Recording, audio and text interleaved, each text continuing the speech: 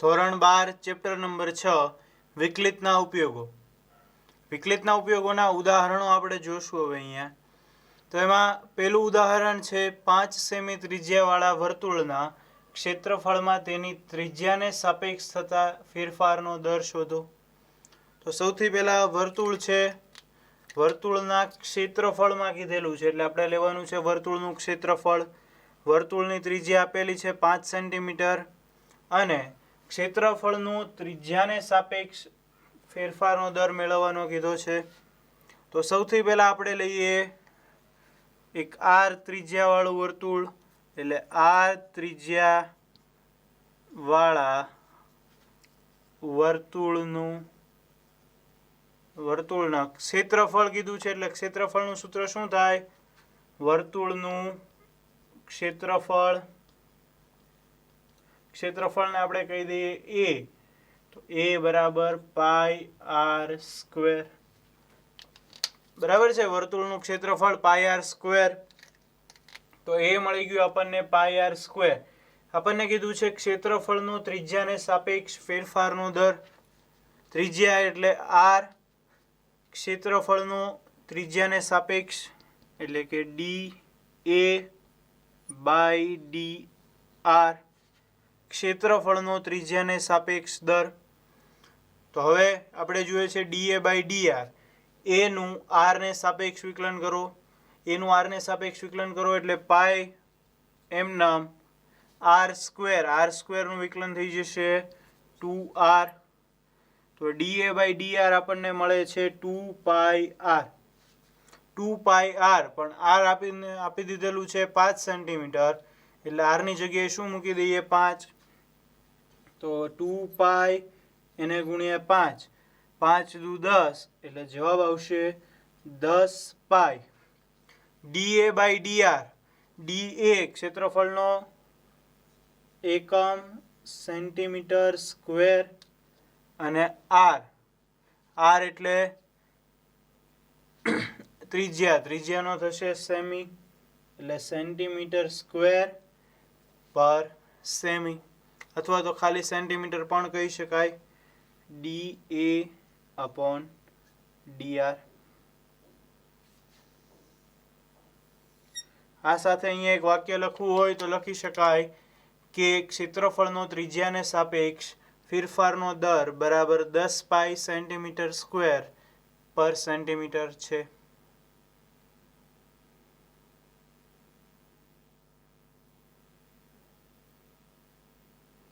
ઉદાહરણ 2.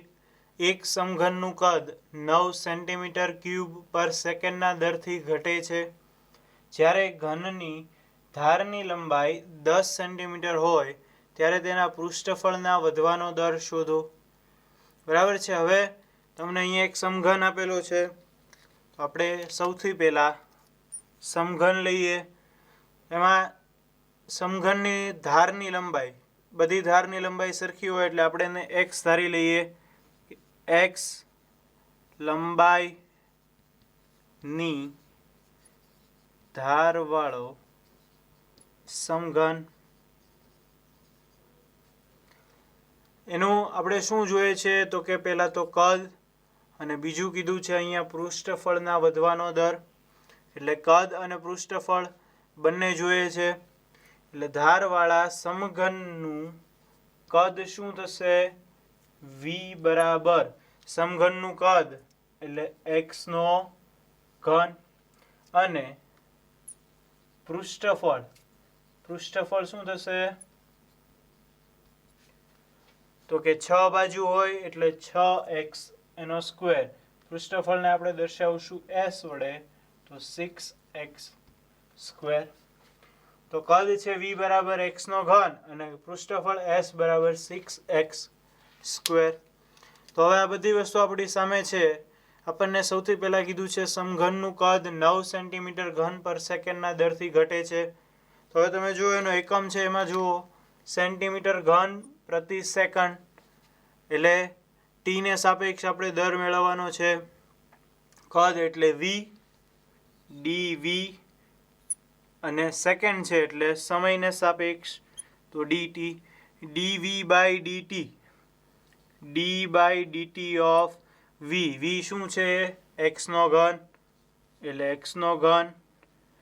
આનું વિકલન કરો તો શું મળશે આપણને? 3x². તો ડીવી બાય ડીટી મળ્યું 3x². અહીંયા આપણને રકમમાં ડીવી બાય ડીટી શું આપી દીધેલું છે? 9. એટલે અહીંયા આપણે લઈએ 9 બરાબર 3x². હવે અહીંયા તમે જુઓ એક્સનું આપણે ટીની સાપેક્ષે ફરીથી વિકલન કરવું પડશે dx બાય dt. શું કામ? તો કે આપણે એક્સને સાપેક્ષ વિકલન નથી કરતા, ટીને સાપેક્ષ વિકલન કરીએ છીએ. એટલે 3x² into dx by dt. હવે અહીંયા લખીશું 3x² into dx by dt. હવે dx બાય dt ને બનાવી દઉં સૂત્રનો કરતા, તો dx બાય dt એના બરાબર શું થશે? આ 3 અહીંયા કેન્સલ થઈ જશે અને x² છેદમાં આવે, તો dx બાય dt બરાબર 3/x². આ મળી ગયું આપણને dx બાય dt, એટલે કે ધારની લંબાઈનો સમયને સાપેક્ષ દર. હવે આપણને જે પૂછ્યું છે એ પૃષ્ઠફળના વધવાનો દર. પૃષ્ઠફળના વધવાનો દર શું થશે? તો કે પૃષ્ઠફળ છે s. અહીંયા દર આપણે કોની સાપેક્ષે લેશું? તો કે સમયની સાપેક્ષે, એટલે ds by dt. ds by dt, d by dt, s ની જગ્યાએ શું આવશે? 6x². આનું વિકલન કરો તો આ થઈ જશે 12x. x નું ફરીથી વિકલન એટલે dx બાય dt. હવે જો dx બાય dt અહીંયા આપણી પાસે છે, શું મળ્યું છે? 3/x². એની કિંમત અહીંયા મૂકો તો 12x એને ગુણ્યા 3/x². તો અહીંયા એક x કેન્સલ થઈ જશે. 12 તેરી 36, 36/x. અહીંયા s છે, s એટલે કે પૃષ્ઠફળ, એનો એકમ સેન્ટીમીટર² પર સમયનો સેકન્ડ. 36/x સેન્ટીમીટર² per second. હવે અહીંયા તમને રકમમાં કીધું છે કે ઘનની ધારની લંબાઈ 10 સેન્ટીમીટર હોય. ધારની લંબાઈ એટલે કે x આપણને 10 સેન્ટીમીટર આપેલું હોય ત્યારે તમારે ds બાય dt મેળવવાનું છે. એટલે x ની જગ્યાએ મૂકી દઈએ 10. તેથી ds બાય dt શું મળશે આપણને? 3.6. બરાબર છે? 36/10 એટલે 3.6 centimetre per second. ds by dt x બરાબર 10 આગળ. તો આ આવી ગયો આપણો જવાબ.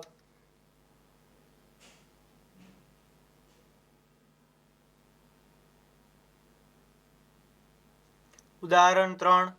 શાંત સરોવરમાં એક પથ્થર નાખવામાં આવે છે અને પાણીમાં વર્તુળાકાર વમળો સર્જાય છે. આ વર્તુળાકાર વમળોની ત્રિજ્યા 4 સેન્ટીમીટર પર સેકન્ડની ઝડપે વધે છે. જ્યારે વર્તુળાકાર વમળની ત્રિજ્યા 10 સેન્ટીમીટર હોય ત્યારે આ વર્તુળાકાર વમળોનું ક્ષેત્રફળ કેટલી ઝડપે વધે છે? તો હવે તમે જુઓ, પહેલા પ્રશ્ન સમજીએ અને એની ઉપરથી ડેટા કલેક્શન કરીએ. તો શું કીધું છે?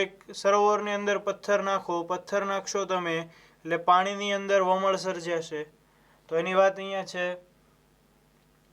આ વર્તુળાકાર વમળોની ત્રિજ્યા 4 સેન્ટીમીટર પર સેકન્ડની ઝડપથી વધે છે. બરાબર છે? તો તમે જુઓ, સૌથી પહેલું આપણે લેવાનું છે ત્રિજ્યા 4 સેન્ટીમીટર પર સેકન્ડની ઝડપથી વધે છે. ત્રિજ્યા એટલે r, સેન્ટીમીટર પર સેકન્ડ એટલે સમયની સાપેક્ષે dr બાય dt. ત્રિજ્યા સમયની સાપેક્ષે વધવાનો દર કેટલો છે? 4 સેન્ટીમીટર પર સેકન્ડ. જ્યારે વર્તુળાકાર વમળની ત્રિજ્યા 10 સેન્ટીમીટર હોય એટલે r બરાબર શું લેવાનું થશે આપણે? 10 સેન્ટીમીટર. ત્યારે વર્તુળાકાર વમળોનું ક્ષેત્રફળ કેટલી ઝડપે વધે છે? તો હવે વર્તુળાકાર વમળ છે એટલે એનું ક્ષેત્રફળનું સૂત્ર શું થશે? a બરાબર πr². અને આપણે જોઈએ છે dA બાય dt. ક્ષેત્રફળ કેટલી ઝડપે વધે છે એનો વધવાનો દર ડીએ બાય ડીટી આપણે મેળવવાનું છે તો સૂત્ર અહીંયા મૂકીશ DA by DT D by DT of A એટલે શું છે પાઈ આર સ્ક્વેર પાઈ એમ નામ આર સ્ક્વેર એનું વિકલન થશે 2r પાઈ ઇન્ટુ 2r પણ ટીની સાપેક્ષે વિકલન છે એટલે આપણે લખવું પડશે dr બાય dt. હવે તમે જુઓ dr બાય dt આપણને સૌથી પહેલા રકમમાં અહીંયા આપી દીધેલું છે r બરાબર લેવાનું છે 10 સેન્ટીમીટર. તો આ બધી કિંમતો મૂકીએ તો પાઈ 2r r ની જગ્યાએ લખીશું 10 dr બાય dt એટલે છે 4 અને છેલ્લે લખી નાખું પાઈ એટલે 2 ગુણ્યા 10 20 ગુણ્યા 40 એટલે 80 પાઈ 80 પાઈ. એકમ શું થશે ક્ષેત્રફળ માટે સેન્ટીમીટર સ્ક્વેર પર સમય એટલે સેકન્ડ તો 80 પાઈ સેન્ટીમીટર સ્ક્વેર પર સેકન્ડ. આ મળી ગયું આપણને dA બાય dt.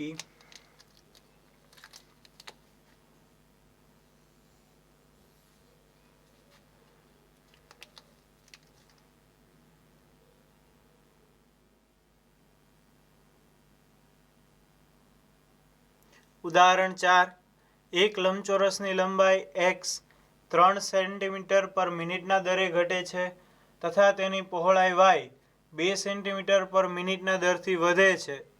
જ્યારે x બરાબર 10 અને y બરાબર 6 સેન્ટીમીટર હોય ત્યારે લંબચોરસની પરિમિતિ અને લંબચોરસના ક્ષેત્રફળમાં ફેરફારનો દર શોધો. હવે રકમ સમજીએ અને એના ઉપરથી ડેટાનું કલેક્શન કરીએ. તો સૌથી પહેલાં એક લંબચોરસ આપેલું છે. એ લંબચોરસની લંબાઈ છે x અને પહોળાઈ છે y. હવે લંબાઈ છે એ ઘટે છે કેટલા સેન્ટીમીટર પર મિનિટના દરથી ઘટે છે તો કે 3 સેન્ટીમીટર પર મિનિટના દરથી ઘટે છે. એટલે મિનિટ હોવાથી સમયને સાપેક્ષ એટલે dx by dt dx by dt છે 3 સેન્ટીમીટર પર મિનિટ.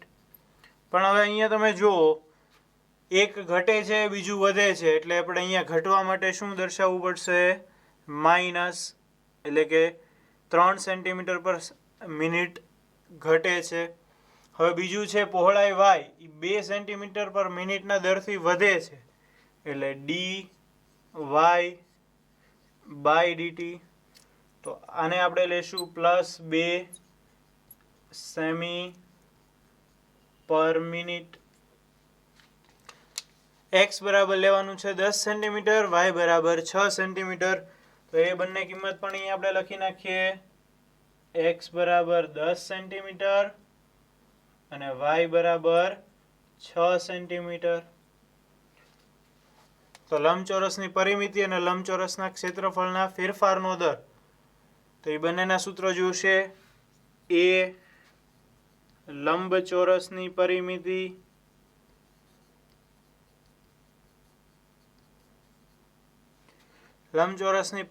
અને આપણે કેવું હોય સ્મોલ એ ધારી લઈએ કે લંબચોરસની પરિમિતિ સ્મોલ એ તો શું મળે આપણને 2x + y બરાબર છે 2x + y. અને બીજું લંબચોરસનું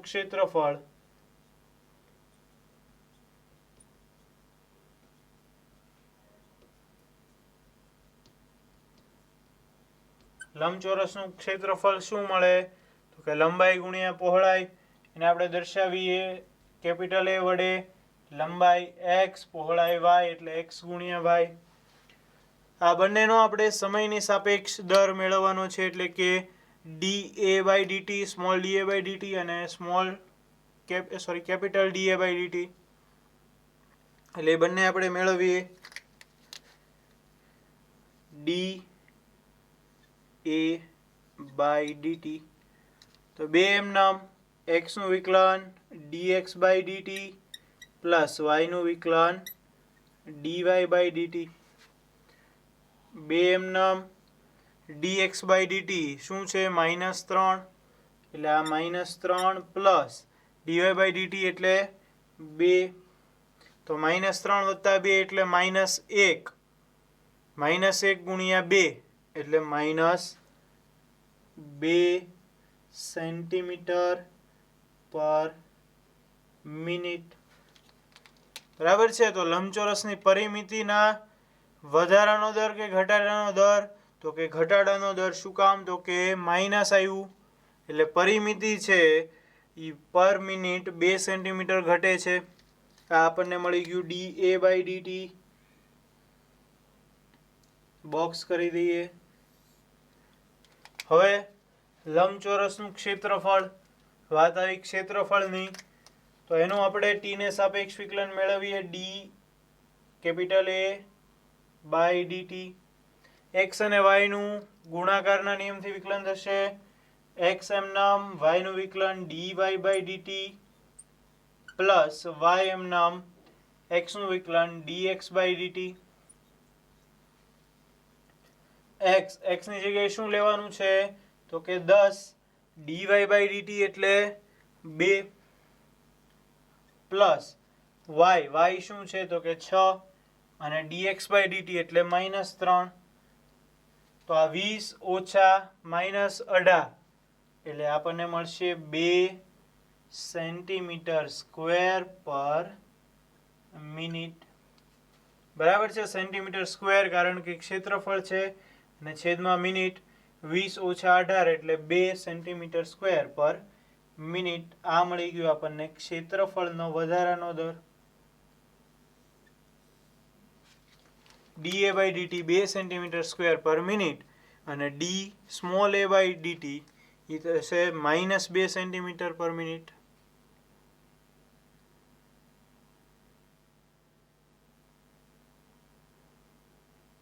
ઉદાહરણ 5. એક વસ્તુના x એકમના ઉત્પાદનનો કુલ ખર્ચ રૂપિયામાં C(x) બરાબર 0.005x³ minus 0.02x² plus 30x plus 5000 દ્વારા મળે છે. એટલે કુલ ખર્ચ છે એ વિધેય સ્વરૂપે આપેલો છે C(x) અને આખું વિધેય આપ્યું છે અહીંયા. જ્યારે 3 એકમનું ઉત્પાદન કરવામાં આવે ત્યારે સીમાંત ખર્ચ શોધો. સીમાંત ખર્ચ શબ્દ મેળવવાનું કીધું છે. અહીંયા તમને એવું આપેલું છે કે સીમાંત ખર્ચ એટલે ઉત્પાદનના કોઈપણ સ્તરે ઉત્પાદિત એકમની સંખ્યાને સાપેક્ષ કુલ ખર્ચમાં થતો ફેરફારનો દર. બરાબર છે. હવે આની અંદર પડવાની અત્યારે જરૂર નથી. આપણે સીમાંત ખર્ચ શું છે આપણે જાણવાની શું જરૂર છે કે સીમાંત ખર્ચ મેળવવાનો કેવી રીતે? તો સીમાંત ખર્ચ મેળવવા માટે આપણને જે કુલ ખર્ચનું વિધેય આપ્યું છે C(x) એનું આપણે કરી નાખવાનું છે વિકલન. અને એની અંદર x ની જે કિંમત અહીંયા તમને 3 એકમ આપેલી છે એ મૂકી દો એટલે એ તમને સીમાંત ખર્ચ મળી જશે. તો સૌથી પહેલાં હું વિધેય લઈશ C(x) = 0.005x³ minus 0.02x² plus 30x 30x plus 5000. હવે આનું કરી નાખીએ વિકલન. આનું વિકલન કરીએ એટલે dc બાય કોને સાપેક્ષ વિકલન કરવાનું? તો કે x ને સાપેક્ષ એટલે dc બાય dx 0.005 x ઘનનું વિકલન 3x² માઇનસ 0.002 x² નું વિકલન 2x પ્લસ 30x નું વિકલન 30 અને 5000 નું વિકલન 0. હવે આ જે આપણને મળ્યું dc/dx એટલે કે આપેલો જે કુલ ખર્ચ છે એનો કોઈપણ એક ઉત્પાદન x એને સાપેક્ષ વિકલન. એની અંદર x ની જે તમને કિંમત આપેલી છે x બરાબર 3 એ મૂકી દો. એટલે અહીંયા તમે x ની જગ્યાએ 3 મૂકશો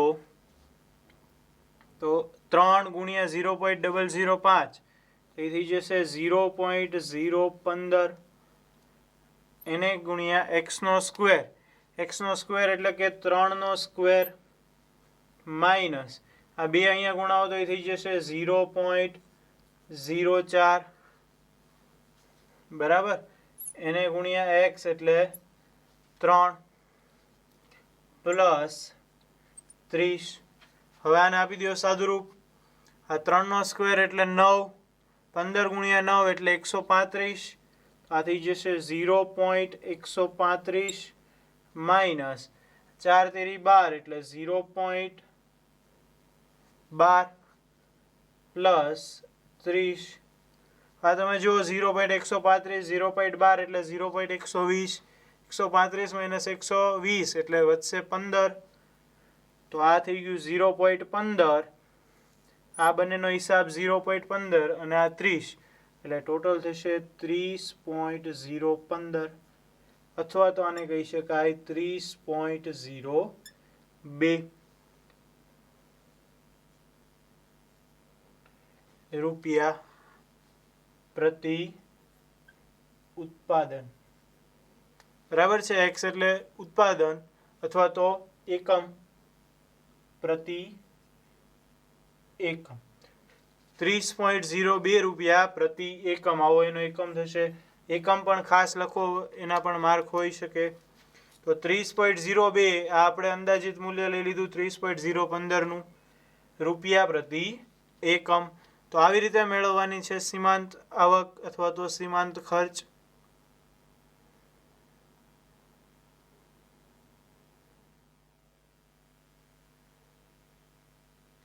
ઉદાહરણ 6.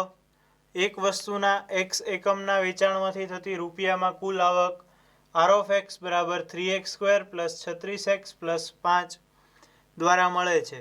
જ્યારે x બરાબર 5 હોય ત્યારે સીમાંત આવક શોધો. હવે આની આગળનો ક્વેશ્ચન નંબર 5 જે ઉદાહરણ 5 હતું એમાં સીમાંત ખર્ચ હતો. એવી રીતે આની અંદર આવક છે, બીજો કોઈ જ ફેરફાર નથી. એટલે જે ગણતરી ક્વેશ્ચન 5માં કરેલી હતી એ જ ગણતરી અહીંયા કરશું આપણે. તો શું કરશું? સૌથી પહેલાં વિધેય છે r of x, આવકનું વિધેય r of x equal to શું છે? 3x² plus 36x plus 5. આનું આપણે કરી નાખશું વિકલન. કોની સાપેક્ષે? તો કે xની સાપેક્ષે. એટલે મળી જશે dr/dx. 3x² એનું વિકલન થઈ જશે 6x પ્લસ 36x નું વિકલન 36 અને 5 નું વિકલન 0. 6x પ્લસ 36 આ મળી ગયું આપણને. હવે તમને જો આ છેલ્લી લાઈન કીધી છે સીમાંત આવક એટલે વેચાયેલા કુલ એકમોને સાપેક્ષ કુલ આવકમાં થતા ફેરફારનો દર. એટલે એકમ છે તો એમાં કીધું છે વેચાયેલા કુલ એકમોને સાપેક્ષ, એટલે કે વેચાયેલા કુલ એકમોને સાપેક્ષ આવકમાં થતા ફેરફારનો દર. એ જ આપણે મેળવ્યું છે dr/dx. તો હવે અહીંયા x બરાબર શું લેવાનું કીધું છે? 5. એટલે xની જગ્યાએ તમે મૂકી દો 5. 6 ગુણ્યા 5 વત્તા 36 એટલે આ 30 વત્તા 36 એટલે કુલ આપણને મળી જાય 66 રૂપિયા. તો dr/dx બરાબર 66. એટલે અહીંયા આપણે એવું લખીએ કે સીમાંત આવક બરાબર 66 રૂપિયા.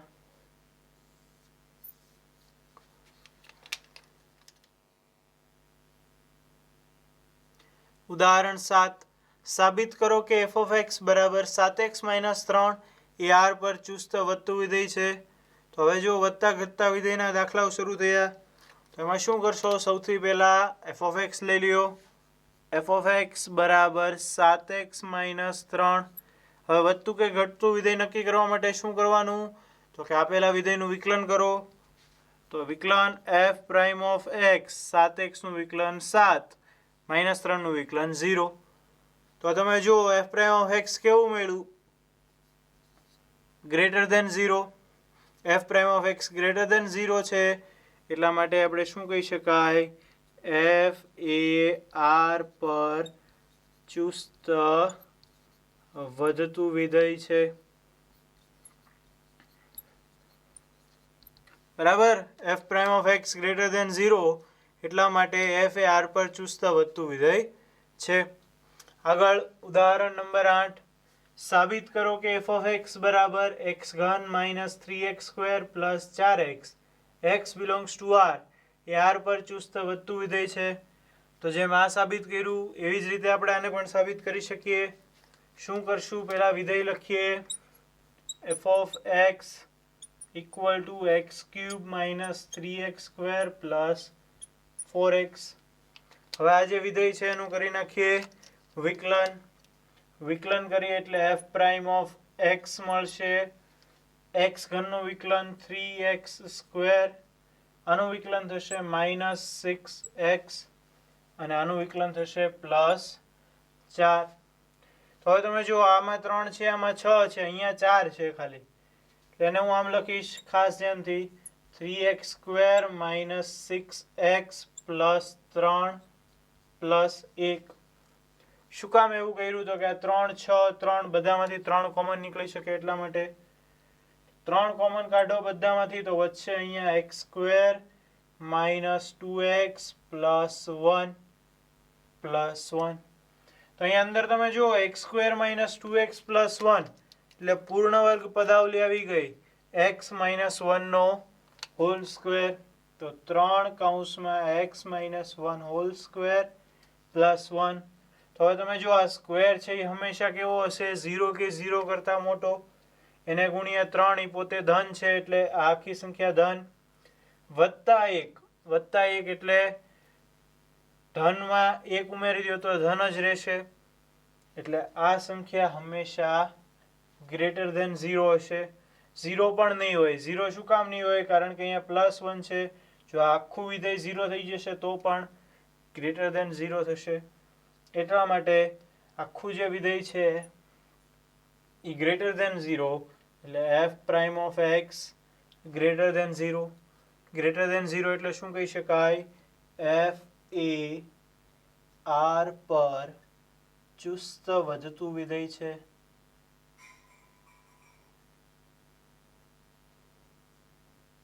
બરાબર છે. આ રીતે આપણે સાબિત કરી શકીએ આર પર ચુસ્ત વધતું વિધેય છે.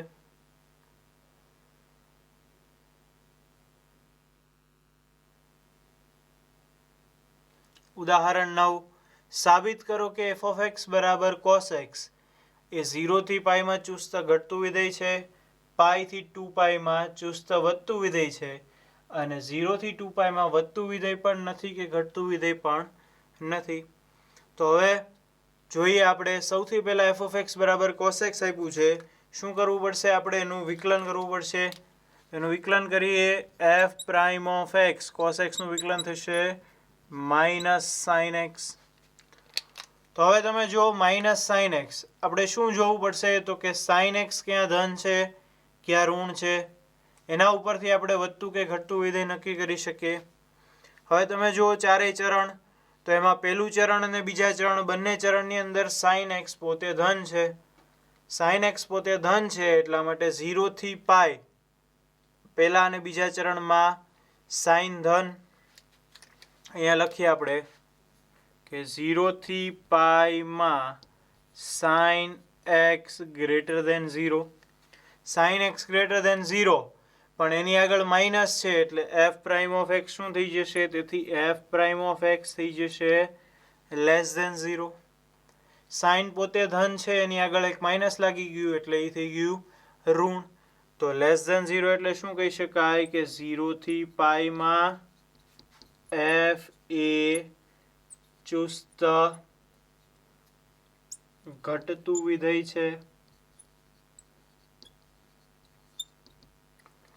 તો 0 થી પાઈ ને ખબર પડી ગઈ. હવે આપણે જોઈએ આગળ પાઈ થી 2 પાઈ. તો પાઈ થી 2 પાઈ એટલે ત્રીજું ચરણ અને ચોથું ચરણ.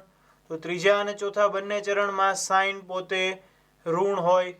સાઇન ઋણ હોય, આગળ ઋણની નિશાની છે, ઋણ ગુણ્યા ઋણ એટલે એ થઈ જશે ધન. અહીંયા આપણે લખીએ પાઈ થી 2 પાઈમાં sine X greater than less than 0 આવશે.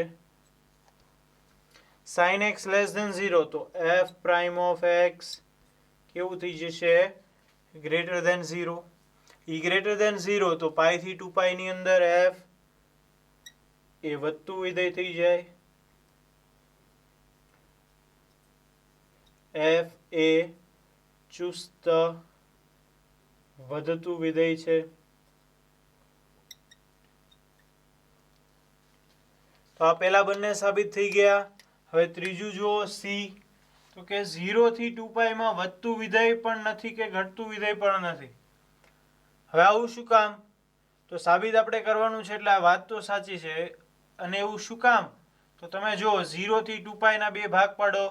એક આવશે 0 થી પાઈ અને બીજું પાઈ થી 2π.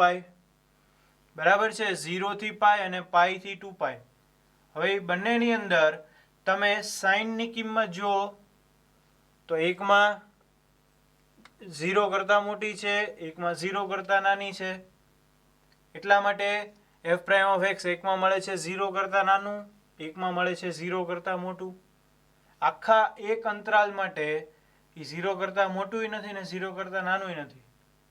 જો સરળ ભાષામાં તમે સમજો તો 0 થી પાઈ આખા અંતરાલની અંદર f prime of x less than 0 જ છે.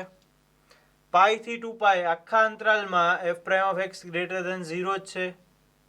પણ 0 થી 2π માં એવું શક્ય નથી, કારણ કે એના બે ભાગ આપણી સામે જ છે અહીંયા. અને બીજો એક કારણ તો કે પાઈ, એની અંદર જે પાઈ કિંમત આવે છે, પાઈ આગળ એની સાઈનની કિંમત થઈ જાય છે 0, એટલે કે એફ પ્રાઇમ ઓફ એક્સ થઈ જાય છે 0. એની કિંમત 0 થાય છે એટલા માટે એને ચુસ્ત વિધેય પણ ન કહી શકાય.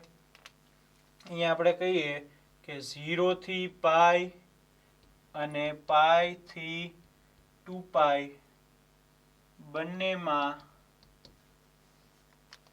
બંનેમાં શું છે? એકમાં ઘટતું વિધેય છે અને બીજામાં વધતું છે. એટલે અનુક્રમે ઘટતું અને વધતું વિધેય છે.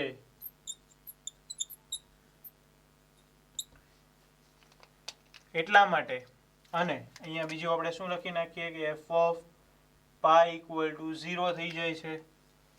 તેથી એફ એ સમગ્ર અંતરાલ 0 થી 2π પર વધતું કે ઘટતું કહી શકાય નહીં.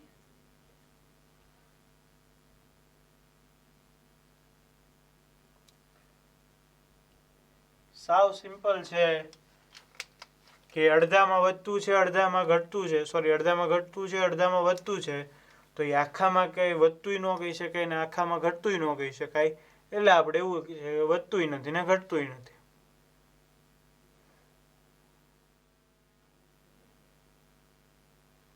ઉદાહરણ 10. વિધેય f of x બરાબર x² - 4x + 6 એ કયા અંતરાલમાં ચુસ્ત રીતે વધે છે અને ચુસ્ત રીતે ઘટે છે તે શોધો. સૌથી પહેલા જે વિધેય આપ્યું છે એને આપણે કરી નાખશું વિકલન. f of x બરાબર x² - 4x + 6. આનું વિકલન કરીએ. f prime of x 2x - 4. બે કોમન લઈ લો તો 2 કૌંસમાં x - 2. હવે આના બરાબર તમે 0 લ્યો તો x શું મળશે તમને? 2. x બરાબર 2 મળે એ કિંમત આપણે લઈ લઈએ અને દોરી નાખીએ એક સંખ્યા રેખા. આ 2, આ બાજુ -ઇન્ફાઇનાઇટ, બાજુ +ઇન્ફાઇનાઇટ. તો 2 ને લઈને આપણે સંખ્યા રેખા દોરી. હવે -ઇન્ફાઇનાઇટ થી 2 વચ્ચેની સંખ્યા કોઈ પણ આની અંદર તમે મૂકો. જાણે કે 1 મૂકો તો 1 - 2 એટલે એ સંખ્યા મળશે માઇનસ. તો આ ભાગની અંદર f prime of x less than 0. અને અહીંયા 2 કરતાં મોટી કોઈ પણ સંખ્યા લ્યો 3 તો તમને મળશે ધન. એટલે આ ભાગમાં ગ્રેટર ધેન 0. તો જવાબ આપણી સામો છે. શું આવશે જવાબ? પેલું -ઇન્ફાઇનાઇટ થી 0 માં ચુસ્ત ઘટતું અને 0 નહીં 2 -ઇન્ફાઇનાઇટ થી 2 વિવૃત અંતરાલમાં ચુસ્ત ઘટતું અને 2 થી ઇન્ફાઇનાઇટ વિવૃત અંતરાલમાં ચુસ્ત વધતું વિધેય છે. તો આ સાવ સિમ્પલ હતું. -ઇન્ફાઇનાઇટ થી 2 એમાં ચુસ્ત ઘટતું વિધેય અને 2 થી ઇન્ફાઇનાઇટ વિવૃત અંતરાલ એમાં ચુસ્ત વધતું વિધેય છે.